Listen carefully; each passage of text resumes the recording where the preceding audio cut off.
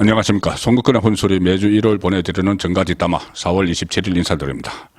윤석열 전 대통령이 결과적으로 임기 5년을 다 채우지 못하고 물러나게 된 것은 가장 근본 원인을 따지면 민주당 이재명의 본인 방탄을 위한 범죄 혐의로 구속 위기에까지 처하고 모든 것이 날아갈 그런 상황이 되니까 그것을 물타기 하기 위해서 또 본인의 방어를 위해서 국정 마비에 가까운 그런 다수당의 행포를 계속 부렸기 때문이죠. 그것이 근본 원인입니다.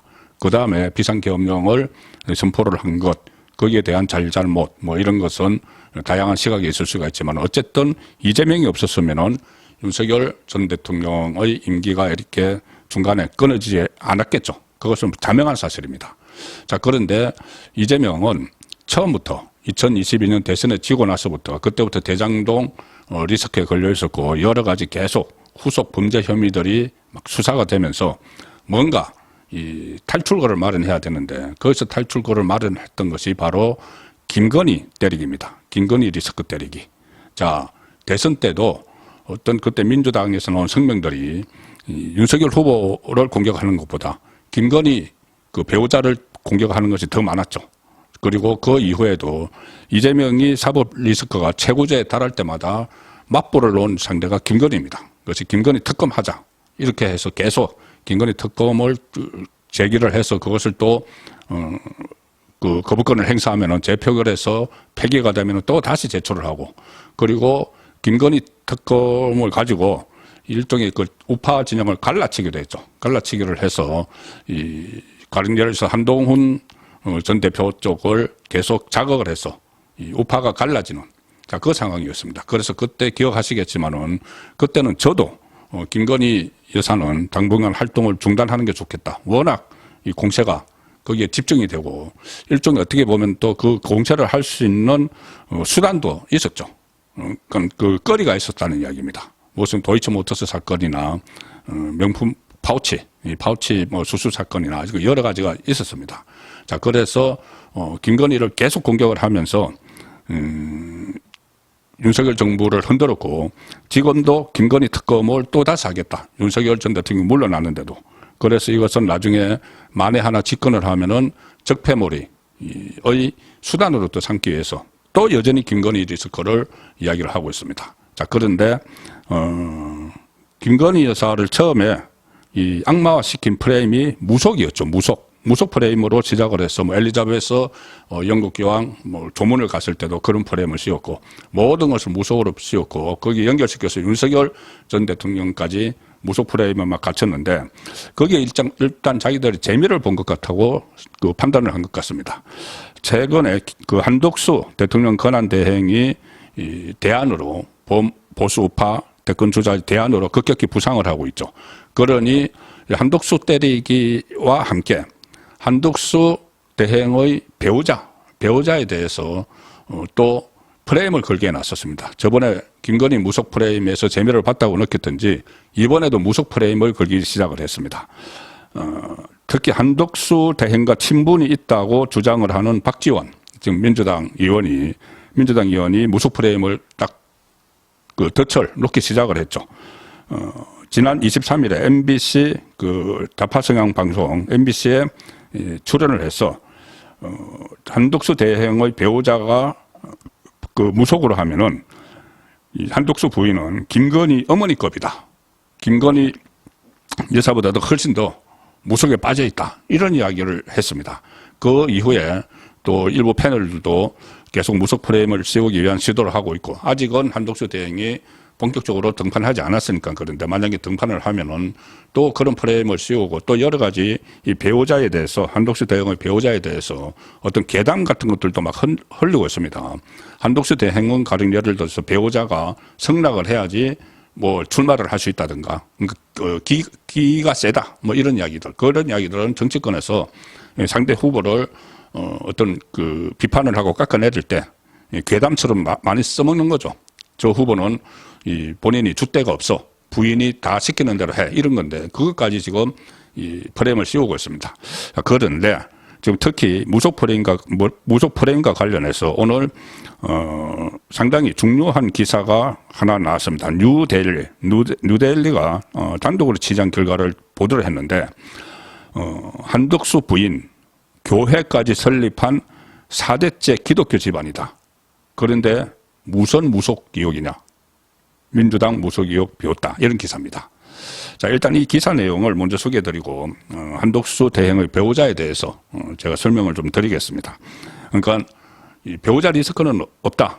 오히려 배우자로 인해서 이런 다른 시너지 효과는 볼 수 있어도 리스크는 없다는 것이 제가 오늘 살펴본 결론입니다. 일단 이 뉴데일리 보도에 의하면은 이 한덕수 권한 대행의 부인 성함이 최아영 씨인데 최아영 서양 화가입니다. 최아영 화가가 민주당이 주장하는 무속 의혹과는 달리 4대째 기독교 신앙을 이어왔다. 독실한 기독교 신자 부모 아래에서 성장을 했다. 심지어 최아영 화백의 정조 할아버지는 일제 강점기 시절에 김제에서 죽동교회를 비롯한 교회를 몇 개 설립을 했다. 그리고 목사로 활동을 했다. 자, 그리고 이완용과의 재판에서 승소한 기록도 있다. 자, 이런 내용들입니다. 2004년 배포된 종교교회사 여기에 따르면은 최하백의 이 친부, 친아버지 고 최현식 씨는 죽동교회에서 유아 세례를 받은 후 1978년 종교교회 장로로 취임했다. 개신교에서 장로면은 가장 윗단계라고 볼 수가 있죠. 이후에 최현식 씨, 최하백의 부친이죠. 선친인 최현식 씨는 서울 종로구 종교교회에서 교육위원장, 성가대 대장, 관리부장, 수양관 운영위원장, 재무부장 이렇게 활동을 하다가 1992년 5월에 은퇴를 했고 4개월 뒤에 별세를 했는데 그때 종교교회사, 종교교회 역사를 기록한 그 기록을 보면은 최현식 장로가 은퇴한 지 4개월 만에 별세했다. 그의 죽음은 남편의 장로직을 계승했던 전상래 장로를 비롯한 가족은 물론 종교교회 교인들에게 슬픔이었다. 이렇게 나옵니다. 그러니까는, 최하백의 선친이 돌아가시자 모친이 이 장로직을 승계를 했다는 이야기입니다. 고 전상래, 최하백의 친모 고 전상래 씨는 남편의 뒤를 이어 장로가 돼서 1992년에 남편 최현식 씨 이름으로 1,000만 원을 장학헌금으로 봉헌을 했고 전상래 씨도 기독교 신자인데 1946년에 이미 진안 장로교회에서 세례를 받았고 흑석동 감리교회 집사, 종교계 건사를 거쳐서 도련동 새성전 건축위원회에서 회계를 맡고 장로로 또 은퇴를 했습니다. 그리고 그 선친인 최현식 씨가 유아 세례를 받은 죽동교회는 정조 할아버지, 최하백의 정조 할아버지이자 그러니까 아버지의 할아버지가 되는 고 최학삼 목사가 설립을 해서 교회까지 설립을 했습니다. 그 정조 할아버지가. 정조부 최학삼 목사는 한국 기독교계 역사에 큰 획을 그은 인물로 꼽히고 있고 그때 일제시대 때 일진회라고 있었죠. 친일 조직인데 거기에 대항할 목적으로 설립된 김제 대창교회 일대 장로도 역임을 했다. 자, 이 대창교회는 이대 부통령 함태영과 6.25 전쟁 당시 순교한 안덕윤 목사, 안경호 목사 등을 배출한 것으로 유명한 곳이죠. 그래서 최학삼 목사는 평양신학교에서 신학을 공부를 했고 목사가 된 뒤에 1920년 죽동교회를 세웠고 여러 가지 개척교회도 만들었다. 그리고 그 최학삼 목사가 정조 할아버지죠. 최하백의 정조 할아버지 최학삼 목사는 이완용과의 법정 분쟁을 벌이고 승소한 기록도 있다는 겁니다. 일제강점기 당시 이완용은 자기 소유지에 물을 대기 위해서 마을 하천인 수교천을 보로 막아버렸는데 그러니까 비가 올 때마다 마을은 홍수 피해를 보는 거죠. 그래서 최학삼 목사가 교회 청년들과 같이 새벽 예배를 마친 후 이 보를 허물어 버렸다. 그래서 소송이 못 텄는데 2년간 법정 다툼 끝에 승소했다. 자, 그리고 여러 가지 이제 가게들이 나오는데 일단 중요한 것은 무속 프레임 뭘 또 걸기 시작을 했지만은 전혀 그렇지 않다. 기독교 집안이다. 그리고 한독수 대행도 개신교를 종교로 갖고 있습니다. 지난 20일에 부활절 예배를 서울 강동구 명성교회에서 들었을 때 그때 또 대선 행보 아니냐 그렇게 했지만은 원래 개신교 신자였습니다. 그리고 명동성당에서 그 다음 날 프란치스코 교황 선종을 하셨을 때 그때는 이제 국가 대행 대통령 권한 대행 자격으로 또 조문을 하기도 했죠. 자, 이 상황에서 최아영 최아영 화백은 한덕수 대행보다 한 살이 많습니다. 한덕수 대행이 1949년생인데 최아영 화백은 1948년생, 한 살이 더 연상이죠. 그리고 서울대 응용미술과를 나왔습니다. 그래서 지금 서양 화가로 활동을 하고 있는데 전업 서양 화가죠. 그리고 응용미술학과를 나왔기 때문에 어떤 의상이나 넥타이 같은 여기 디자인도 또 하고 있다고 합니다.